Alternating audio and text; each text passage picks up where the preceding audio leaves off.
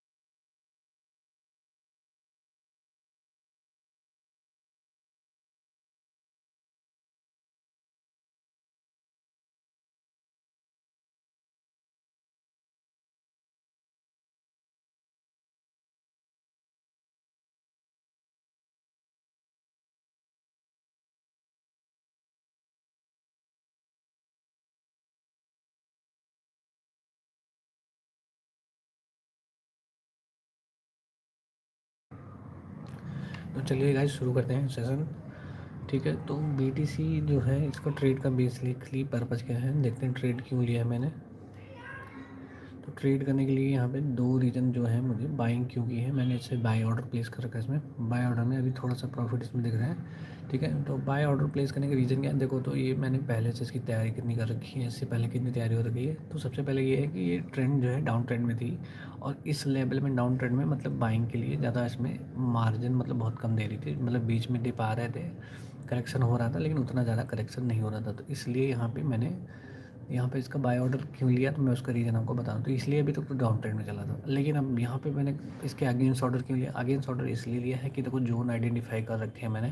तो ये पूरा सेलिंग का एरिया जैसे मैंने कंसिडर कर रखा है कि इस एरिया में जब आएगी मार्केट, या फिर जैसे इस एरिया में थोड़ा सा सेलिंग का वो है, ठीक है। तो इसलिए थोड़ा सा सेलिंग का ही मैंने मार्क कर रखा, और ये बाइंग जोन है, ठीक है। तो यहाँ पे एक बाइंग जोन का इसलिए बन रखा है, तो इसलिए बाइंग जोन में यहाँ पे इसने डबल बॉटम बनाया हुआ है, तो इसलिए मैंने इसको बाय करा हुआ है, ठीक है। डबल बॉटम के अलावा दूसरा रीजन क्या है मेरे पास, तो दूसरा रीजन मैं आपको वो भी बता देता हूँ, चार्ट जूम करता हूँ। दूसरा रीज़न ये है कि डबल बॉटम कर देने के बाद, डबल बॉटम के बाद अगर आप नोटिस करो तो ये एरिया जो है स्ट्रक्चर जो होता है कि ये एक प्रॉपर स्ट्रक्चर होता है। जब डाउन ट्रेंड में मार्केट जाती है, जब मार्केट की साइकिल होती है, मार्केट साइकिल जब पूरी होती है, तो क्या करती है मार्केट, थोड़ा सा डाउन ट्रेंड में जब जाएगी, डाउन ट्रेंड के बाद ये होता है इस एरिया पे आकर दोबारा से रीटेस्ट होता है इस एरिया पे। तो ये इसने क्या किया, यहाँ पे देखो, तो ये इस एरिया से रीटेस्ट हुई, दोबारा से इस एरिया पे आई और रीटेस्ट करके यहाँ से अप साइड गई है। तो ये कहीं ना कहीं कन्फर्मेशन मिलती है कि और ज़्यादा बायर्स यहाँ पे इंटरेस्टेड है, ठीक है।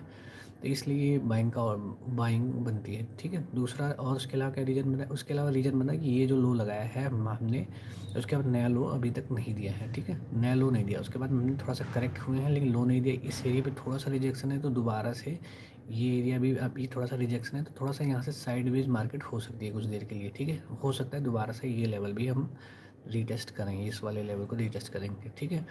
अगर इसको अप साइड जाना है, जैसे कि अप साइड जाना एक कन्फर्मेशन मतलब ये है कि अप साइड जाना है इसको, तो क्या करेगी, ये इस लेवल को दोबारा से ब्रीच नहीं करेगी। या फिर एक पॉसिबिलिटी ये बनती है कि अगर ये सब कुछ जो हम सोच रहे हैं उसके अगेंस्ट अगर जाती है, तो दोबारा से ये रीटेस्ट करेगी इस लेवल में आके, ठीक है। इस लेवल को आगे दोबारा से रीटेस्ट करेगी, अगर फेवरेबल कंडीशन नहीं हुई तब, ठीक है। अदरवाइज़ ये इस लेवल को रीटेस्ट ही करेगी, और यहाँ से दोबारा से ये इसको ब्रेक करेगी, और इस लेवल के आसपास दोबारा से, जैसे इस लेवल के आसपास एक है, उसके बाद इस लेवल के आसपास जैसे यहाँ पे पहुँचेगी ट्रेंड लाइन के पास, तो वहाँ भी इसको एक बार वो देखने को मिल सकता है रिजेक्शन, ठीक है। तो इस लेवल पे थोड़ा सा गिरेगी, करेक्ट होगी, अगर और करेक्ट होने के बाद थोड़ा सा साइड में जाने के बाद फिर से ये कंटिन्यू करेगी अप साइड के लिए, ठीक है।